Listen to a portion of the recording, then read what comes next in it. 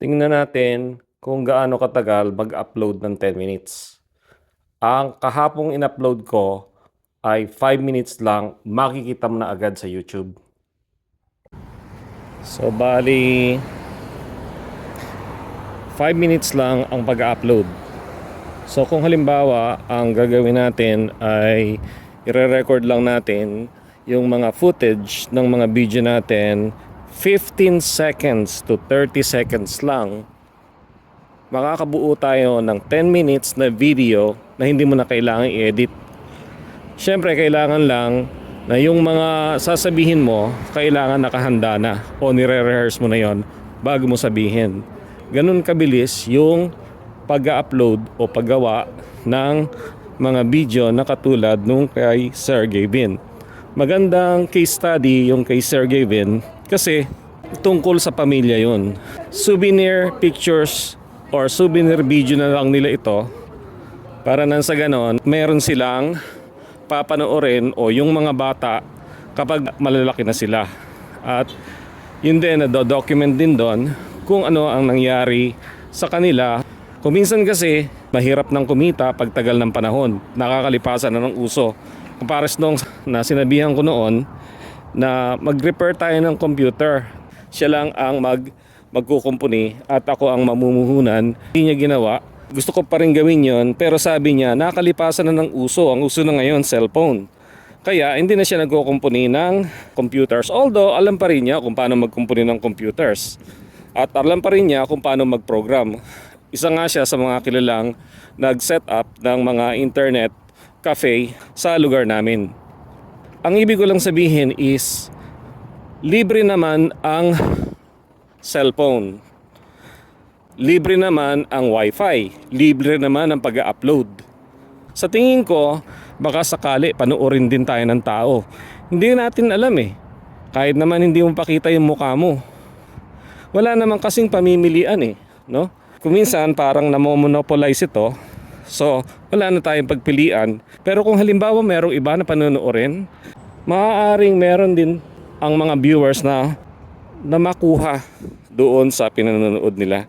Anyway, pinakikita ko lang itong lugar namin. Ito yung parang SNR para lang malaman ninyo na hindi naman iba dyan sa lugar natin dyan sa Pilipinas. Tapos ito naman yung kanyang parking lot. Wala namang masyadong pagkakaiba. Iba lang yung mga tao, English lang ang kanilang mga salita. Pero sa mga ginagawa natin itong mga ito parang training na lang rin, no? Para nang sa ganun, ang pag-isipan na lang natin, no? Kung paano ba tayo makakarating ng legal. Natalakay ko na yan doon sa mga ibang vlogs panoorin nyo na lang. Uulitin ko na lang yung parang mag-excursion tayo o magkakatuwaan tayo na gusto nyo bang sumama sa ibang bansa or whatever. Gusto ng mga travel agency is nagtapos ka ng college at kung ano yung kinakailangan doon sa lugar na yon, yun ang kanilang padadala sa lugar na yon. So parang ganun lang ang mag-empleyo sa ibang bansa or makapag-abroad, kumplituhin mo lang yung mga requirements. Nung araw, mahirap lang kami noon. Hanggang naman ngayon, mahirap pa rin kami. Marami nagpupunta mga excursion sa iba-ibang lugar, no? Ngayon, naisip ko, ganun din ang gagawin ko. Kaya lang, ang mga pinupuntahan ko ay mga embassy. Tinitingnan ko kung ano mga kailangan doon, kung ano makikita ron, dahil may nagsabi sa akin na makikita raw doon sa bulletin board doon kung ano yung mga kailangan trabaho. Nagpunta rin ako sa mga iba't ibang travel agency, recruitment agency, at tinitingnan ko kung ano yung mga nangyayari sa loob ng recruitment agency. Ano yung mga nakikita ko na nakakaalis ba talaga yung mga nag-aayos ng papel. Hindi ko siya napuntahan sa POEA kung talaga bang legitimate yung recruitment agency na yon. Pero isa yun sa mga hindi ko nagawa noon na dapat ginawa ko, no? May mga bagay rin akong hindi nagawa noon, pero at least kahit paano sa mga panggagaya natin sa mga nauna sa atin, basta pipiliin mo lang yung gagayahin mo, basta tama, Baka sakaling ganun din ang maging epekto nito sa atin. Sana itong mga vlog-vlog natin na to, no, makatulong para nang sa ganon, maging pamilyar na kayo. Nakapares lang rin dyan sa Pilipinas. Para nang sa ganon, ang pag-isipan talaga lang natin ay paghusayan natin ang kung halimbawa kailangan nating mag-aral. Marami namang paraan para maipasa natin yung mga examen. Mag-concentrate tayo. Hindi ba ganoon naman talaga? Kailangan lang, iisa lang yung gagawin natin. Sana nakatulong para nang sa ganon, pampalakas ng loob ninyo. Ngayon, naglalakad ako dahil hindi ko matandaan kung saan ko na ilagay yung sasakyan.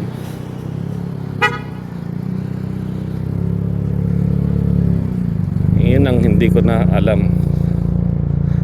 Kwento ako ng kwento. Hindi ko na alam ngayon kung saan ko na ilagay yung sasakyan. Anyway, hanapin ko muna. Okay? Hindi ko pa rin makita nasaan ko na ilagay.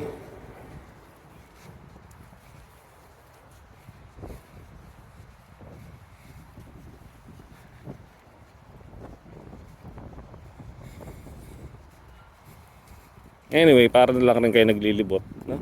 Nililibot ko kayo kung saan natin nilagay yung sasakyan. Lumalagay na parang kayo ay nakasakay doon sa sasakyan natin. Dali limutan ko saan ko na ilagay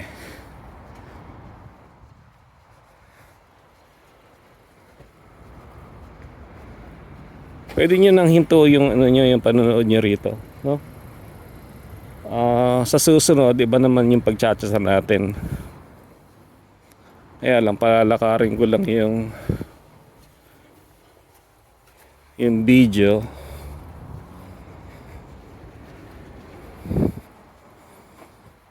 Ano ba na ilagay?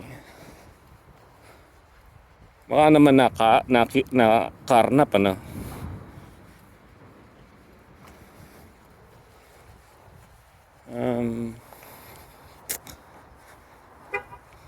Teka.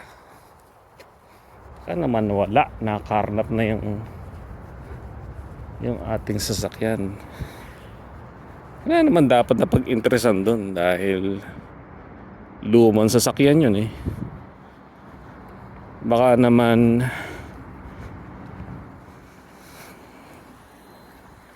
nailagay.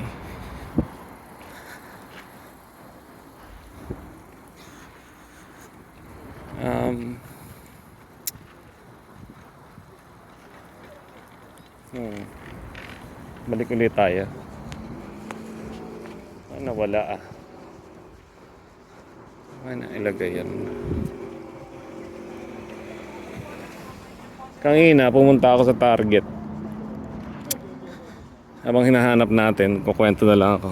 Nakita akong phone, bibigay ko sana sa mga bata. No? 64 gigabyte. $24. $23.99. Nakakita ako ng 3. Bigay ko doon sa mga pamangkin namin. Maliliit, mga 4 years old na yata, tsaka hanggang 6 years old. Ayaw ibigay sa akin kasi wala na raw dun sa system. Saan nga mapapupunta yan? Babalik ka sa manufacturer. Ewan ko lang kung totoo ang mababalik sa manufacturer, no? Nakita na natin yung sasakyan natin. O sige, sa susunod, iba naman pag-chatsara natin.